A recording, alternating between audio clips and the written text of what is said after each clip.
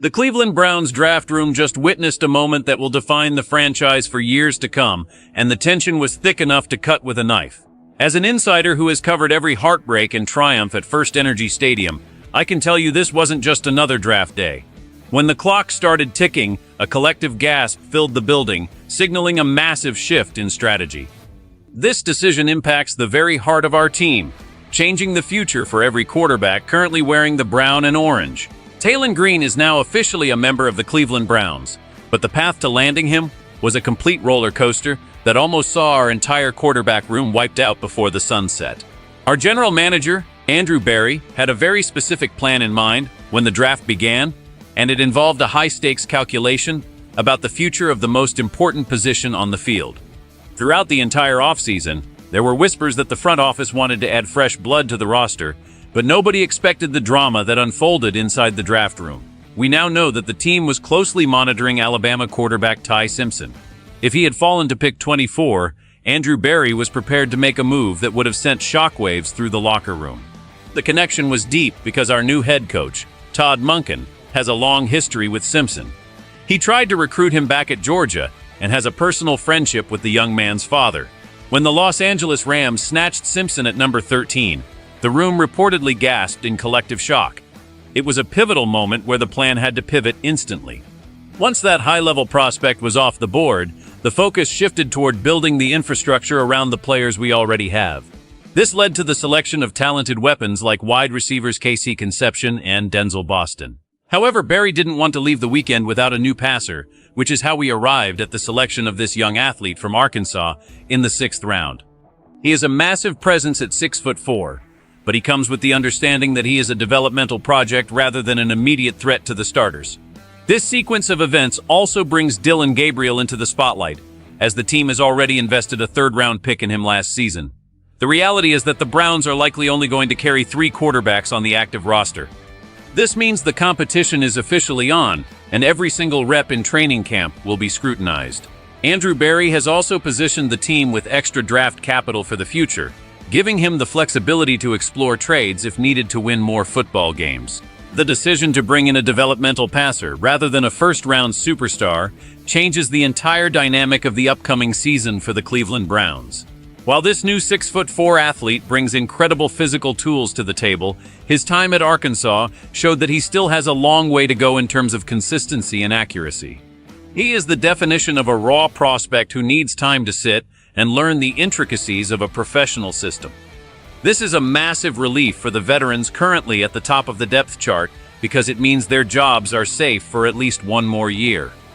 Had the front office landed a top-tier prospect in the 1st round, the clock would have been ticking from day one. Instead, the coaching staff can now focus on refining the skills of this young project without the pressure of having to play him before he is ready.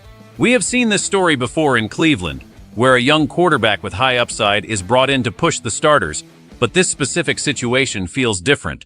The pressure is now squarely on the established names to prove they can lead this team to a championship.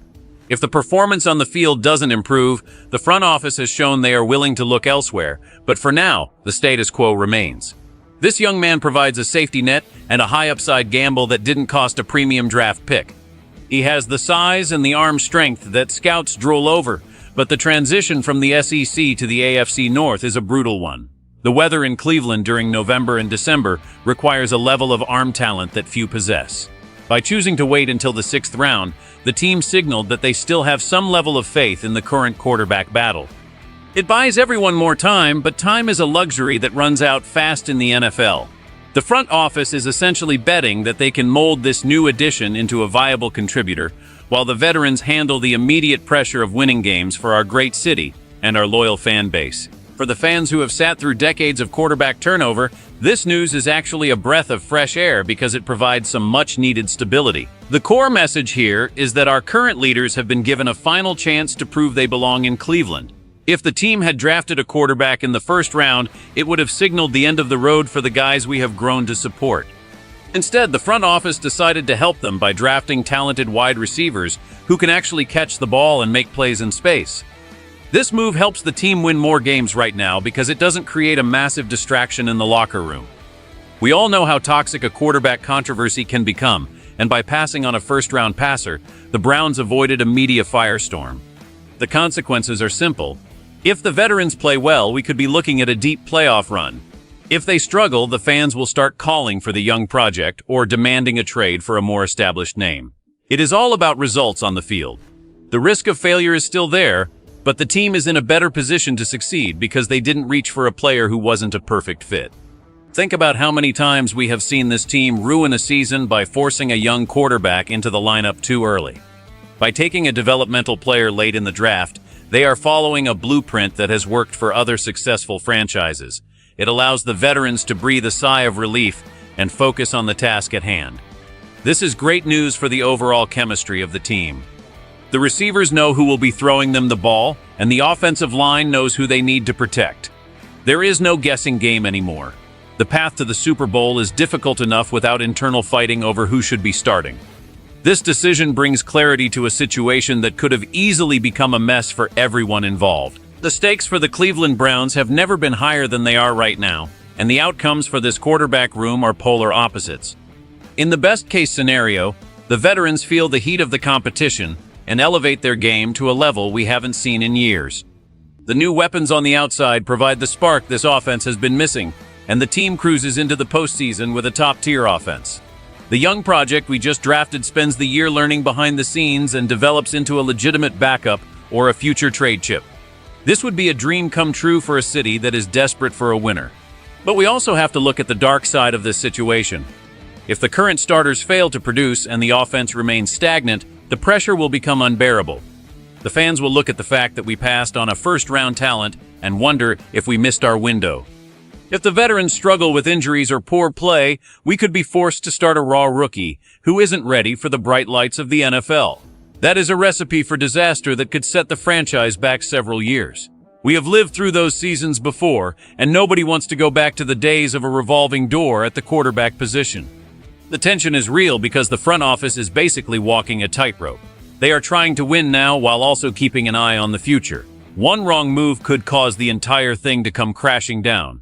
If this plan fails, we will be looking at a total rebuild in 2026. The front office will have no choice but to move on from the current staff and players. Every single game this season is a referendum on this strategy. We will see very quickly if the decision to stand pat was a stroke of genius or a massive oversight by the leadership. The locker room knows it, the coaches know it, and every fan in the stands knows it too. This draft cycle was a wild ride that almost changed the face of the Cleveland Browns forever. We came inches away from a first-round quarterback that would have ended the current era instantly. Instead, Andrew Berry and the front office chose a path of stability and developmental upside. It is a move that shows confidence in the current roster, but also serves as a final warning. The clock is ticking for everyone in that quarterback room. They have been given the tools and the weapons to succeed, and now they have to go out and deliver. As someone who lives and breathes Browns football, I want to hear from you. Be honest with me because we have been through it all together. Do you think the front office made the right call by passing on a first-round quarterback to stick with the veterans? Or do you think we just missed out on a future star who could have led us to the promised land? Drop your thoughts in the comments below. And if you want the real inside scoop on everything happening in Berea, make sure to like this video and subscribe to the channel. Hit those notifications right now.